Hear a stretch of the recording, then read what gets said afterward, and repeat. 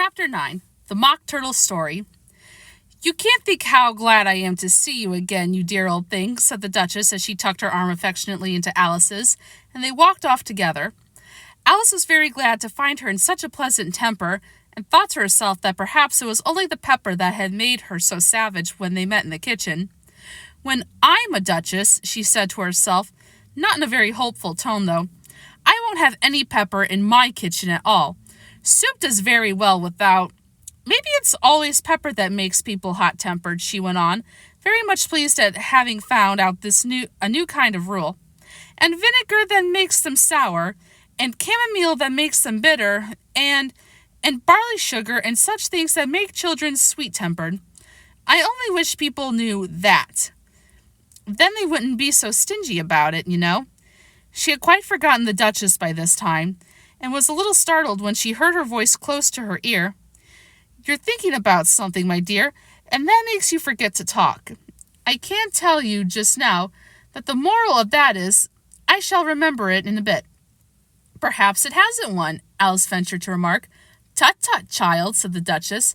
"Everything's got a moral, if only you can find it." And she squeezed herself up closer to Alice's side as she spoke.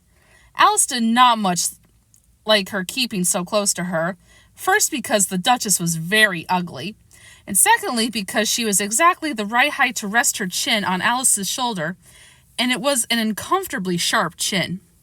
However, she did not like to be rude, so she bore it as well as she could.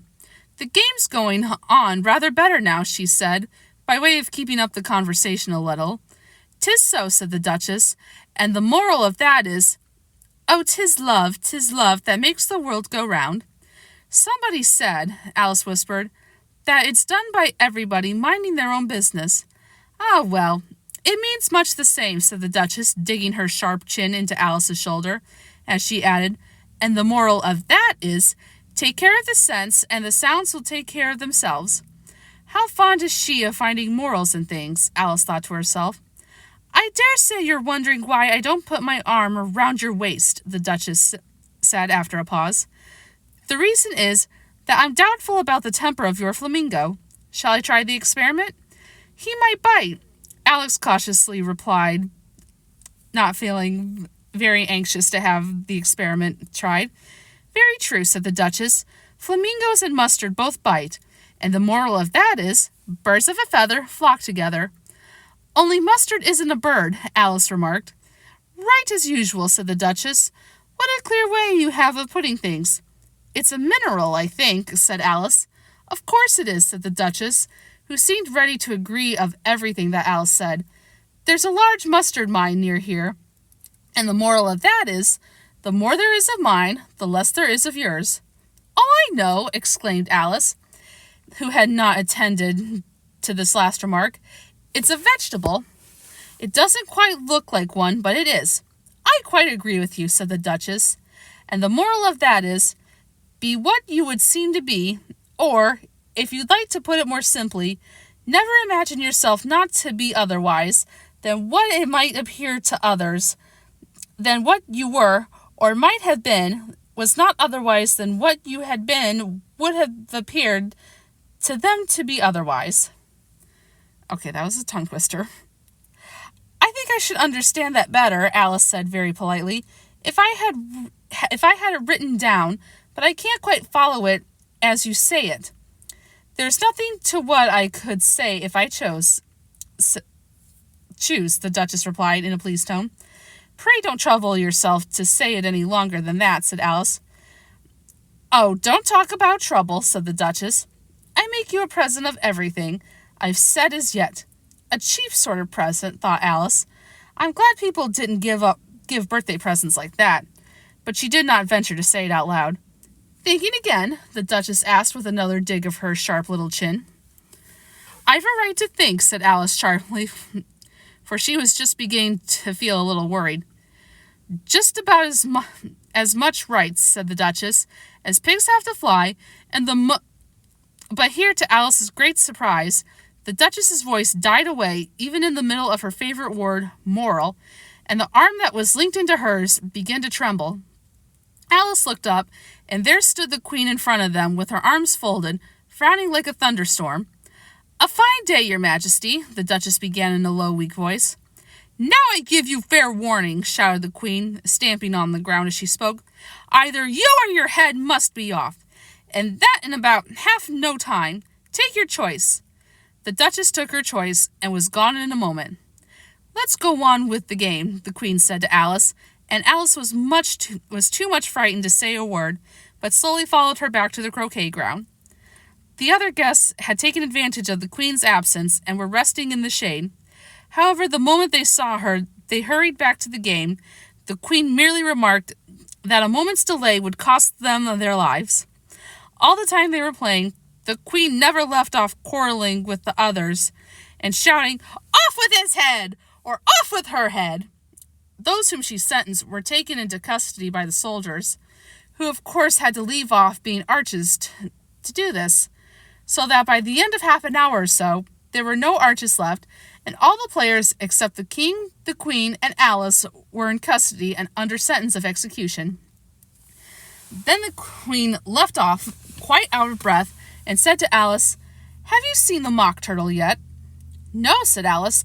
"I don't even know what a Mock Turtle is." "It's the thing Mock Turtle soup is made from," said the Queen. "I never saw one, or heard of one," said Alice. "Come on, then," said the Queen, "and he shall tell you his history."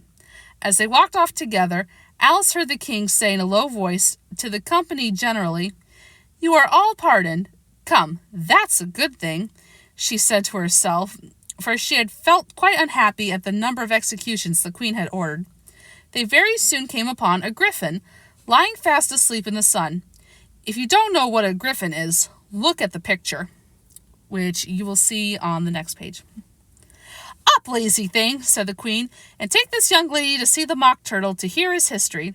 I must go back and see after some executions I have ordered." And she walked off, leaving Alice alone with the gryphon. Alice did not quite like the look of the creature, but on the whole, she thought it would have been quite as safe to stay with it as to go after that savage Queen. So she waited. The gryphon sat up and rubbed its eyes. Then it watched the Queen till she was out of sight. Then it chuckled. "What fun," said the gryphon, half to itself, half to Alice. "What is the fun?" said Alice. "Why, she," said the gryphon. "It's all her fancy that. She never executes anybody, you know. Come on." "Everybody says come on here," thought Alice, as she went slowly after it. "I never was so ordered about before in all my life. Never." They had not gone far before they saw the Mock Turtle in the distance, sitting sad and lonely on a little ledge of rock. And as they came nearer, Alice could hear him sighing as if his heart would break. She pitied him deeply.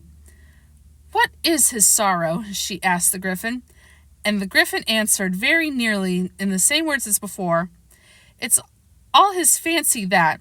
He hasn't got no sorrow, you know. Come on." So they went up to the Mock Turtle, who was looking at them with large eyes full of tears, and said nothing. "This here young lady," said the gryphon, she wants for to know your history, she do." "I'll tell it to her," said the Mock Turtle in a deep, hollow tone. "Sit down, both of you, and don't speak a word till I've finished." So they sat down, and nobody spoke for some minutes. Alice thought to herself, "I don't see how he can ever finish if he doesn't begin." But she waited patiently. "Once," said the Mock Turtle at last, with a deep sigh, "I was a real turtle." These words were followed by a very long silence, broken by an occasional exclamation of, "Yar!"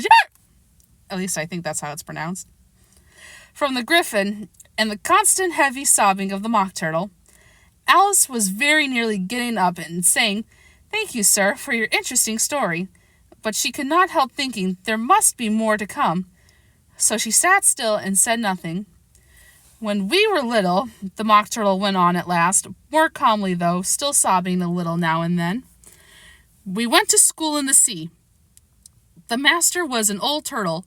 We used to call him Tortoise." "Why did you call him Tortoise if he wasn't one?" Alice asked. "We called him Tortoise because he taught us," the Mock Turtle said angrily. "Really, you are very dull."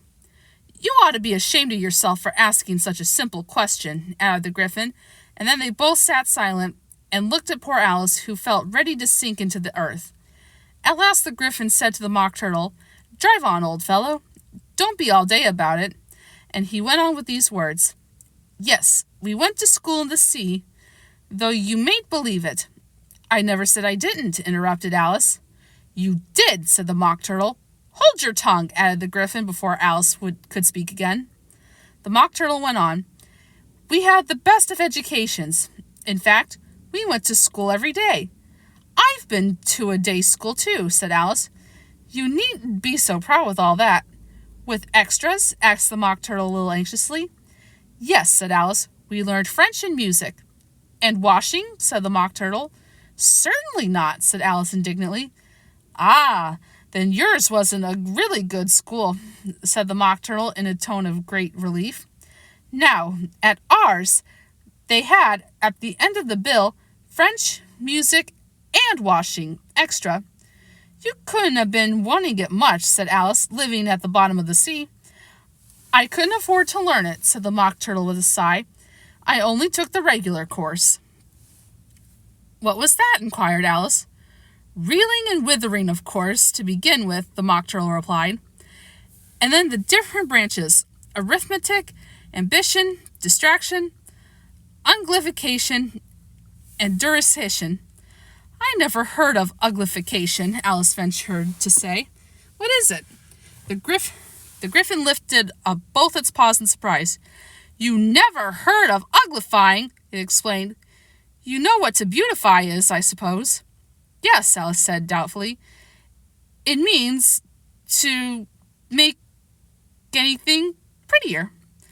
"Well then," the Gryphon went on, "if you don't know what uglify is, you are a simpleton." Alice did not feel encouraged to ask any more questions about it, so she turned to the Mock Turtle and said, "What else have you to learn?" "Well, there was mystery," the Mock Turtle replied, counting off the subjects on his flappers. "Mystery, ancient and modern, and seaography. Then drawling. The drawling master was an old conger eel that used to come once a week. He taught us drawling, stretching, and fainting in coils." "What was that like?" said Alice. "Well, I can't show it you myself," the Mock Turtle said. "I'm too stiff, and the Gryphon never learned it." "Hadn't time," said the Gryphon. "I went to the classical master, though. He was an old crab, he was." "I never went to him," the Mock Turtle said with a sigh. "He taught laughing and grief, and they used to say, 'So he did, so he did,'" said the Gryphon, sighing his turn. And both creatures hid their faces in their paws. "And how many hours a day did you do lessons?" said Alice, in a hurry to change the subject. 10 hours the first day," said the Mock Turtle. 9 the next, and so on." "What a curious plan!" exclaimed Alice. "That's the reason they're called lessons," the Gryphon remarked, "because they lesson from day to day." This was quite a new idea to Alice, and she thought it over a little before she made her next remark. "Then the 11th day must have been a holiday." "Of course it was," said the Mock Turtle. "And how do you manage on the 12th?" Alice went on eagerly. "That's enough about lessons," the Gryphon interrupted in a very decided tone. "Tell her something about the games now." And hopefully we will find out about the games in the next chapter.